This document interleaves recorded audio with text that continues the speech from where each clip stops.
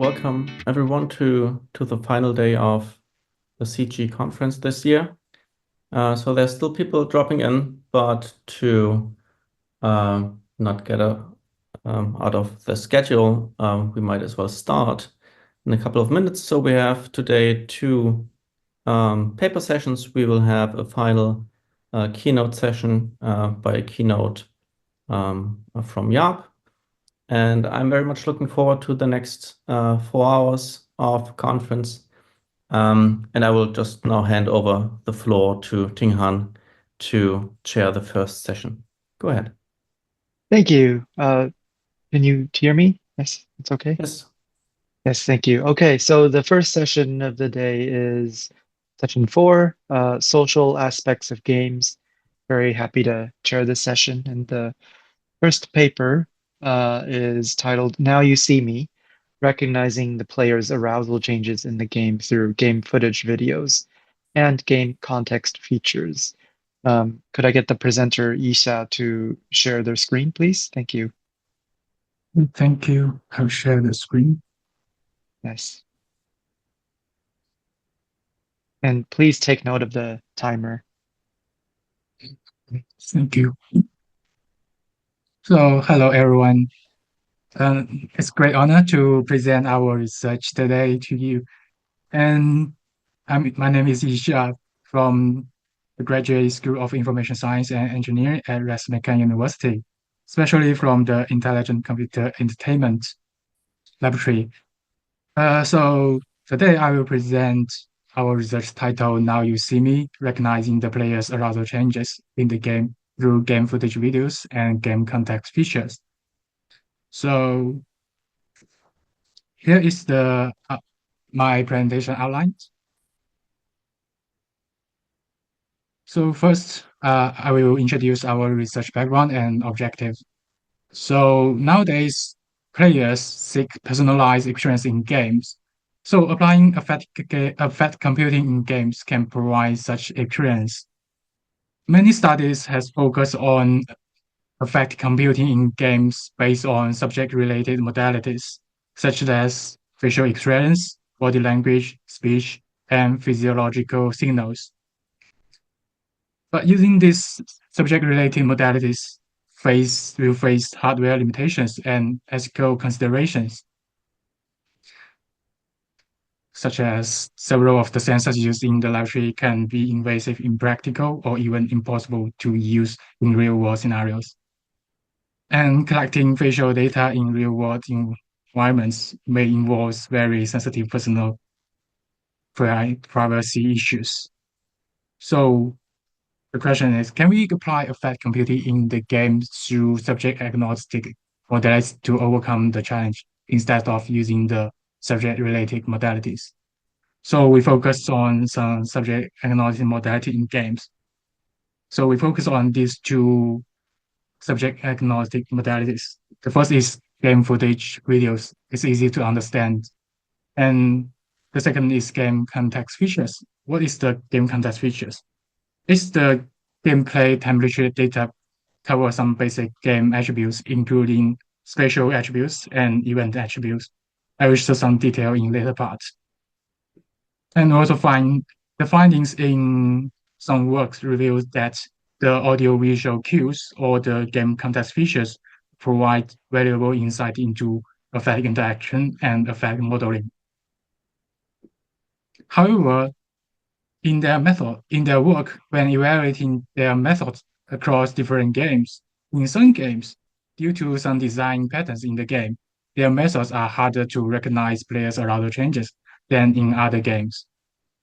So here is the screenshot of two games. One is the solid, the other is the top-down. So when you can see in solid, this game is not the top-down camera perspective, and this game also have fewer loud sound effects or obvious visual tied to game events compared to the top-down. So in their work, they think this design pattern make their method in solid perform worse than the top-down. So the objective of our research is we get to explore a new approach that can more accurately predict the players' arousal changes in such game based on GFV or GCF. So Solid is one of such games we focus on. So here is the sample of the game footage videos frames and the game context features. So this is the game context feature. So something like the score the players get and some event identities, something like that. So here is the outline of our solutions and results. So we propose an approach for more accurately recognizing the players' arousal changes in the game through GFV and GCF. So we use a new data preprocessing method for extracting time windows using a 1 second sliding step to obtain more samples, and also for transferring the problem as a ternary classification task. And we also fine-tune with it to capture important game content information through the GFV modality. We also using contrastive learning to produce more robust representations of the GCF to supplement and emphasize the patterns in the GFV. So this method improves the prediction accuracy in such effective modeling task in Solid. So next, I will introduce our methods. So first is the data preprocessing. Before introduce our methods, I will introduce the method in previous work first. So in their work, so they directly segment each annotation trace into 3 second time windows, like this. And then after that, each sample consists of two 3 second time windows. So each samples will contain two 3 second time windows. So it's total 6 seconds. And then calculate the average arousal value y within each window. Then the changes in arousal can be described as differences in average arousal values between the two windows in each sample. And in their work, only the samples whose difference are over 10% of the trace's maximum arousal values amplitude will be considered. So which means they omit some sample pairs that the arousal chances are not that obviously. So you can see in their through their preprocessing method, the total have 1,105 samples, and many samples are omitted because it's less. The difference are less than 10% of the maximum amplitude. So in our method, first we extract time windows using 1 second slide step. So like this. Then we get more samples than this. And another thing is we do not omit the arousal and change pairs, which means in this, we reformulate our task as a ternary classification task, not the binary classification task. Through this ternary classification task, this means we can also predict the arousal unchanged pairs. So this will make our method can be used in real time. And we get much more samples through this data preprocessing. And then next, I will introduce the method of the model of effect. So here is the overall structure of our approach utilizing both modalities. So we also call this the full model, the variant 0, sorry. So we first perform representation learning to obtain two encoders. The GFV encoder, which is the fine-tuned vivid, and the GCF encoder is the LMP trained by congestive learning. And then we concat the outputs of the two encoders as the input to a classifier, a linear classifier layer. And we train this classifier using the cross-entropy loss to obtain the classification result. Then I will introduce detail for the encoder for the GFV modality. So we fine-tune the vivids. So we also make this as the variant one, which use only the GFV modalities. So we fine-tune all the trainable parameters of a selected vivid model, consisting of the encoder and the classifier part, using the cross-entropy loss. And after that, we then use the remaining part of the fine-tuned vivids after removing the classifier and then frozen to serve as the encoder for the GFV modality in the full model. And then as for the encoder for the GCF modalities, we use the contrast learning to train this encoder. So we train this encoder using the following contrastive loss function. So this loss is align the GCF modality to the GFV representation. And this loss is align the GFV representation to the GCF representation. And then combine it. And this is inspired by the clip. And we also train MP classifier exclusive on top of the trained GCF encoder to evaluate the effectiveness when using only the GCF encoder. So this is the variant 2. So in our experiment, here is the training set for our training. And in our experiment, we compare our approach against random forest classifier, which provided in previous work. And we set this as the baseline. And we also compare the performance of the fight and VV model across different epochs. And we also compare the performance of the model variants using different modalities. So then I'll introduce the result and discussion. So in this table, the fine-tune vivid 1, 2, 3 is the fine-tune vivid across different epochs. And GCF encoder 1 is the MLP trained by contrastive learning. And GCF encoder 2 is the MLP trained by supervised learning. And overall, our approach gets 16.6% higher than the baseline.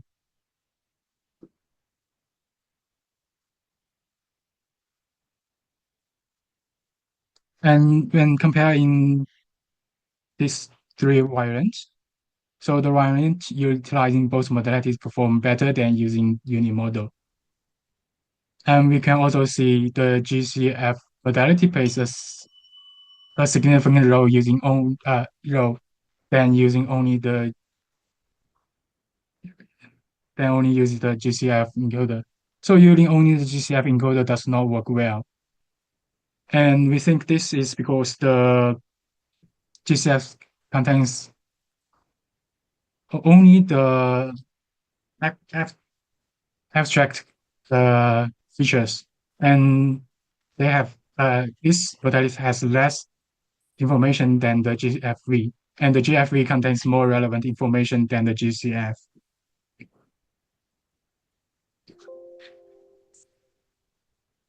And when comparing these two pairs, the red pair and the green pair, so you can see the GCF modalities can be used to supplement and emphasize the patterns in the GFV when the GFV encoder not trained too well, thus to improve the overall modality's performance.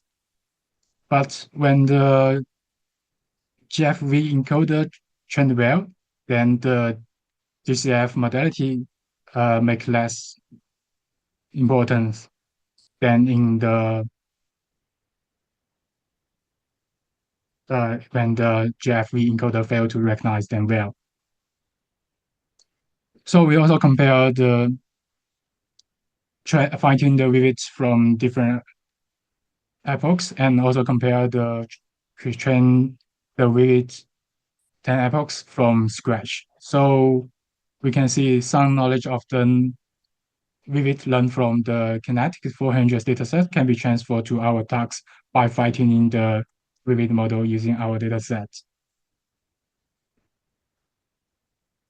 So here is the conclusion of our research. So frighten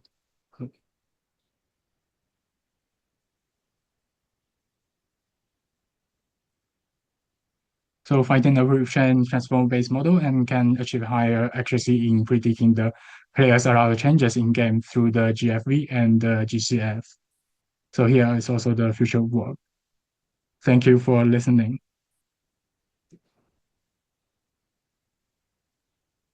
Thank you very much. I don't see any questions in the chat or the Q&A. Feel free to, toss in questions and on either chat or Q&A or even like use the raise hand function. Let me just ask a very simple question to begin then. When you like all of this is performed on the game Solid, right? How well do you think Yeah. this will generalize for other games? Um, yes, as you can see, so sorry. It seems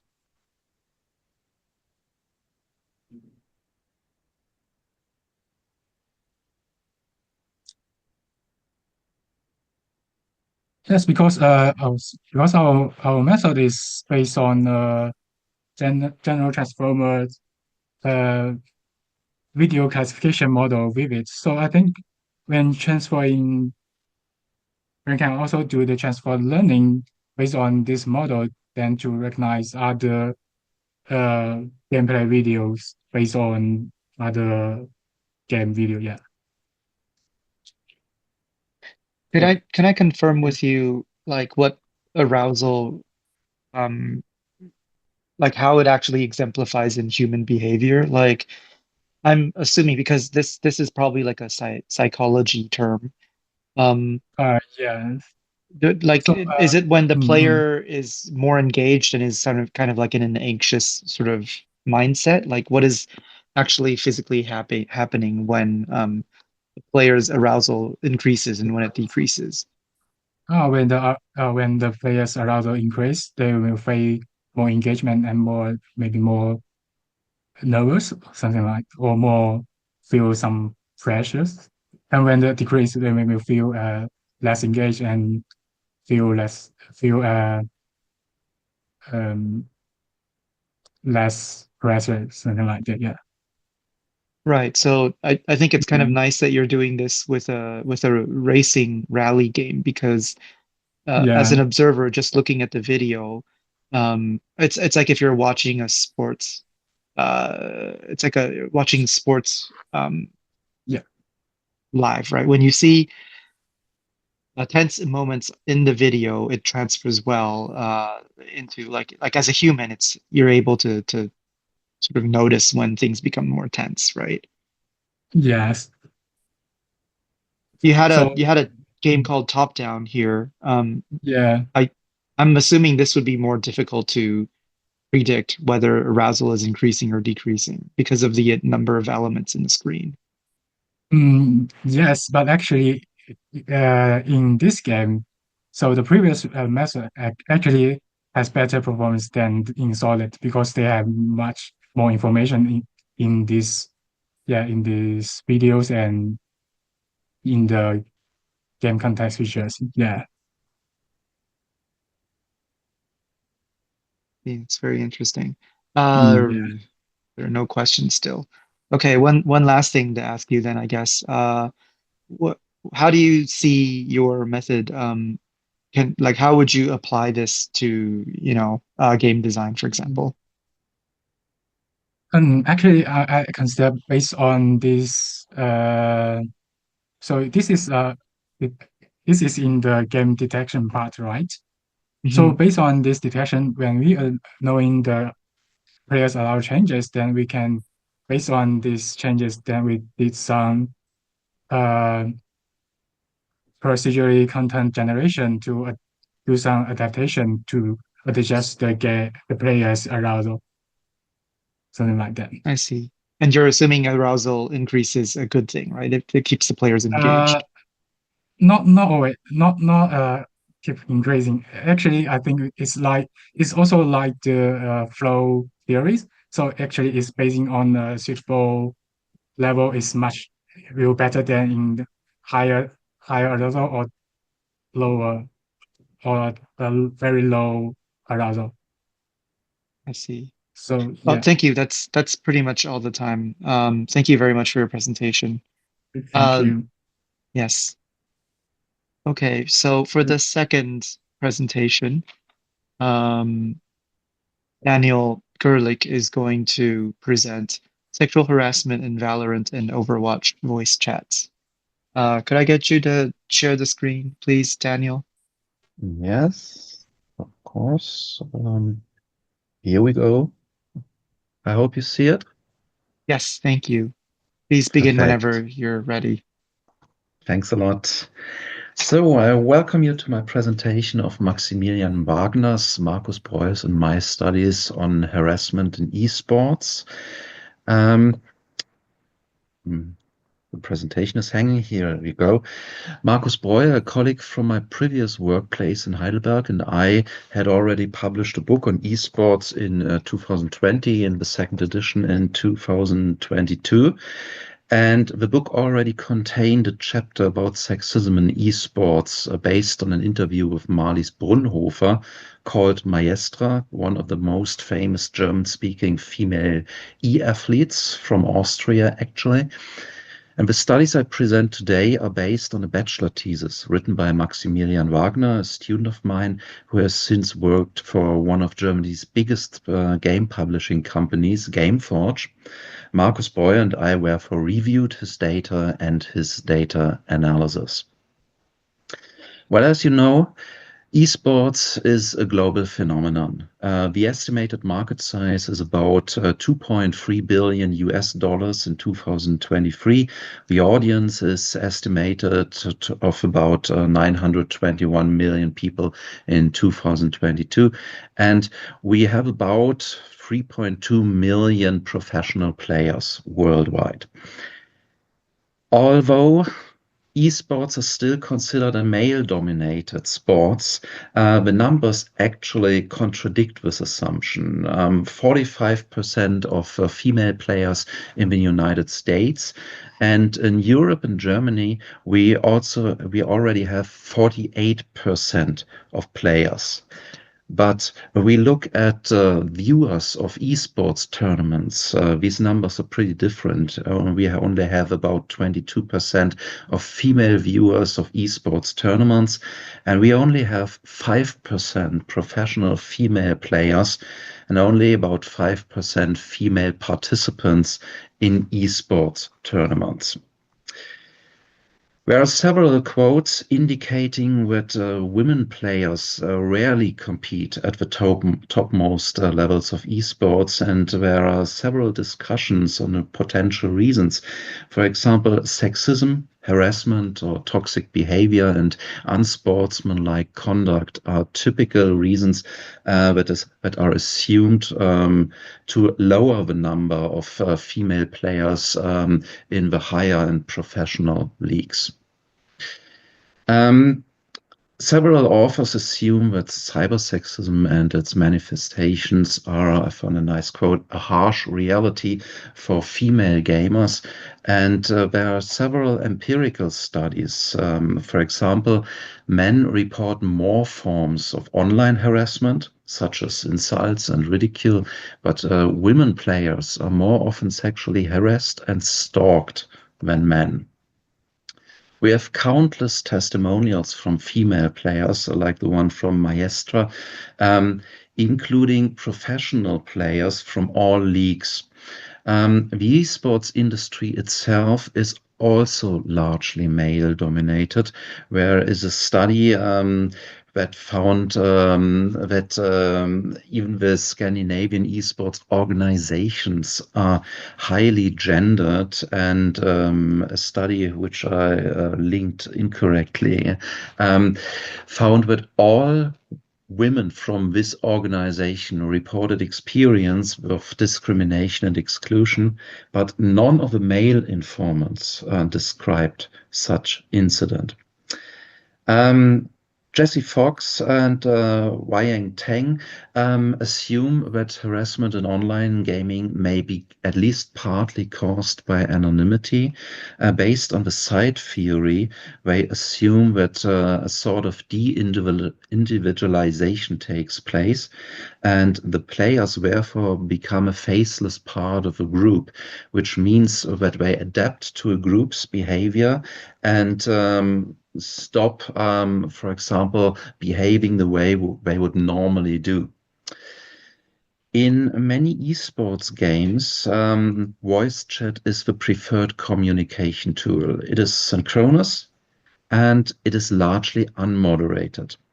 The Anti-Defamation League has identified it as the most frequently used communication tool for harassment. 42% of the cases of harassment were recorded in voice chats. So our research question was, how much and what types of harassment do female players and e-athletes experience during voice chat gaming sessions? Max conducted a first initial study, a 9-day study with 2 female players, P1 and P2. P1 was ranked platinum range in Overwatch. That means she belonged to the top 37% of the players worldwide. And P2 ranked silver 3 in Valorant, which means she ranked among the top 33% of players worldwide. We accompanied them during 19 matches of Overwatch and 9 matches of Valorant, which is about the same time, about 4.5 hours each, 264 minutes of Overwatch and 270 minutes of Valorant. And based on this first studies and based on the results, which I will present in a few seconds, we decided to focus on Valorant in the second study. In the second study, we accompanied 4 female players who were all in the ascendant 1 to 3 range. That means among the top 7% players of the world. We all played 30 matches of Valorant, which means 120 matches in total, which is about 75 hours of play in total. And we let them play in a safe space at their homes, usually. And of course, they were informed of the aim and the methodology of our studies. Where team members were not informed, which means that we could not do audio and video recording according to German law, which this is forbidden.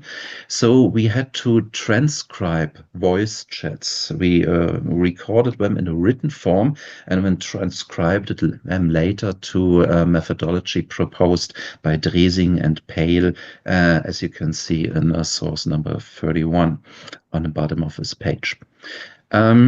We defined transcription rules in advance, which included that all participants were fully anonymized, also our subjects and of course the teammates. We replaced them with abbreviations like TM1 for teammate 1 and P2 for proband 2. And we try to get the transcripts very precise with time marks exact to the seconds. Only afterwards, we analyzed these transcripts according to Fox and Tang's video game harassment behavior scale, which is also linked on the bottom of this page. And we classified all subjects and all team members' behaviors as you can see on the next slide, also with color codes. You can see color codes for general harassment. You can see color codes for sexual harassment. And the video game harassment behavior scale also defines other behaviors which we did not look for, like homophobic comments, racist comments, for example. After transcribing all chats, we performed a statistical analysis, and these are the results. At first, for the first study, you can see that a lot of swearing has taken place, but there were also other forms of harassment, like general insults, comments about other players' abilities to play, sexist comments and insults, people asking for sexual favors, and people calling their actions weren't good fun, although they were perceived otherwise. About 60% of the harassment cases took place in Overwatch, 27 cases of harassment in only 4.4 hours, mainly swearing, but also 2 cases of general insults. In Valorant, we had less harassment, only 18 cases in 4.5 hours, which is not much. Most people play much longer, even on a single day, and well, many people play titles like Overwatch and Valorant for years. So we assumed that many players will report swearing and harassment after just a very short time of playing. In Valorant, we had 18 cases of harassment, also mainly swearing, but 4 sexist comments and even 1 case of asking for sexual favors. And this is the reason why we decided to focus more on Valorant in our second study.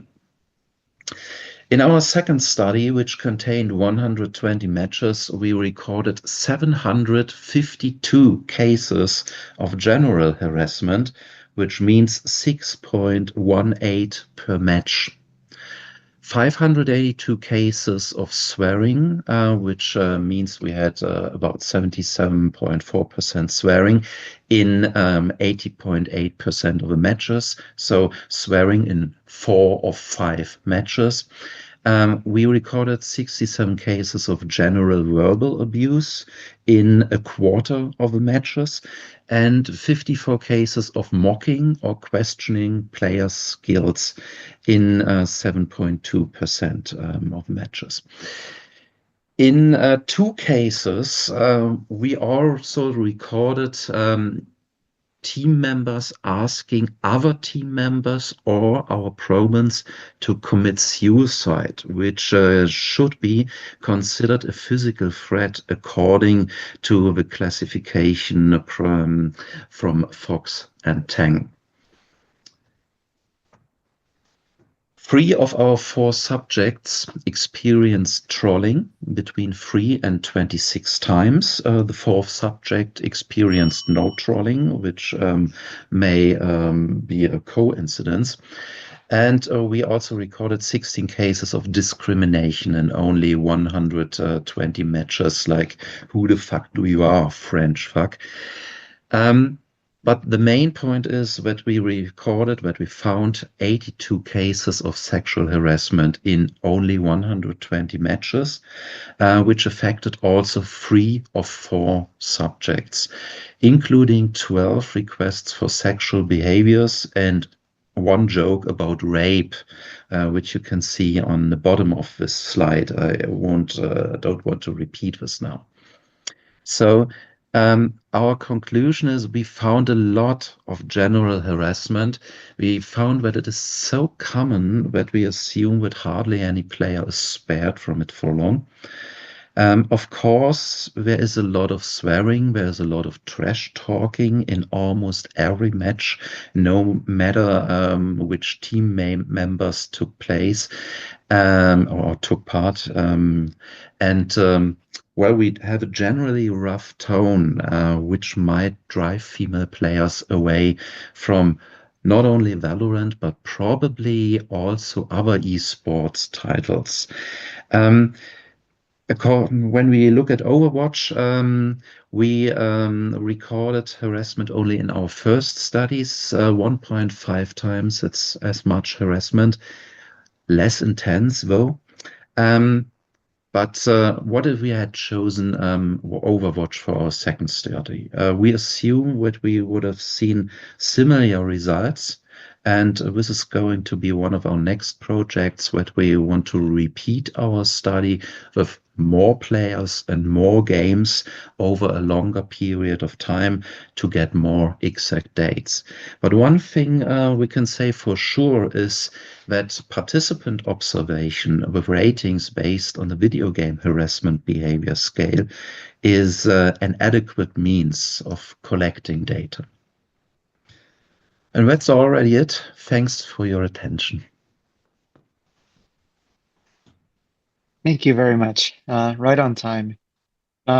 We have one open question in the Q&A system. Before we take that question, I gotta say this is probably the first time I've ever heard a swear word in one of these presentations. So Yeah. it's kind of new. Ian Waters is asking, are you surprised about any of this? No, not actually. This is the reason why we conducted the studies. And as I said, we already included this interview with Maestra in our book because harassment and sexual harassment is an ongoing topic which is discussed mainly on the internet. There are rarely studies or only very few books. Mostly these are personal testimonials from female players. And as far as we've seen, there is much too little scientific research about this issue. Right. People seem to assume that this is the situation, and data collection, on the other hand, seems to Yeah. be much rarer, right? Yeah, right. This Yeah. is kind of, yeah. No other questions as of now, so I will ask something. I see that there's a lot of general swearing during the data collection phase for all sorts of games. Mhm. Do you make a distinction between just swearing, or does it have to be like inflammatory? We made our distinctions hard according to the video game harassment behavior scale. So we tried to stick to the scale as good as we could. I see, I see. I mean, And don't interpret too much into the chats. right, because if you I understand, because you really care about the general harshness as well, and you want to be objective, right? Yeah, Yeah. exactly. Yes. Okay. There's another question in the chat. Uh, Mhm. Xue Zhuxuan asks, did you analyze the chats manually or use language models? Of course, we analyze them manually. Yeah. Right, right. Yeah, I imagined. If you were doing data collection in a larger scale, then maybe you would have to use some kind of automation tools. But yeah, I guess I so, yeah. see. Hmm. Um, right. So going back to the previous comment about like harshness and swearing in general. Sorry, I made that question kind of because I was assuming that swearing would be a thing when you played, like when you're in a tense situation. But yeah. Mhm. Um, there's another Q&A question. This is not part of your study, but do you have any ideas on how to improve the current state? Oh, that's going to be. There are actually many ideas, and female players sometimes propose solutions. One of the main or the most often made proposals, I'm sorry, is to moderate the voice chats, so that, for example, officials from leagues or platform providers, for example,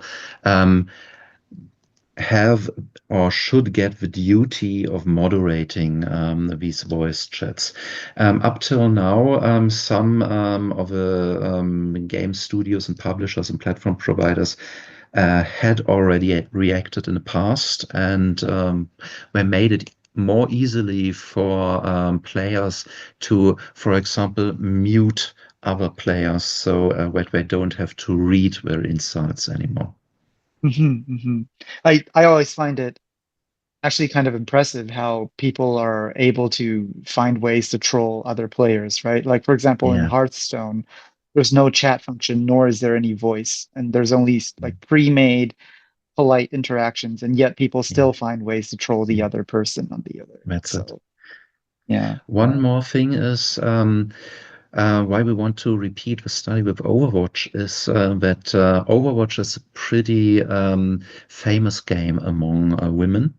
And this means that the number of female players is higher in Overwatch, and therefore the tone is generally a little less rough. Let's see what the results show. Yes, very interesting. Thank you very much. Thank you. Okay, that's the session on social aspects of games. Thanks to both presenters. It's 10:40 where I am in Japan, which means the session is officially over, and we'll take a 30-minute break and we'll see everyone 10 minutes past the hour. Thank you very much.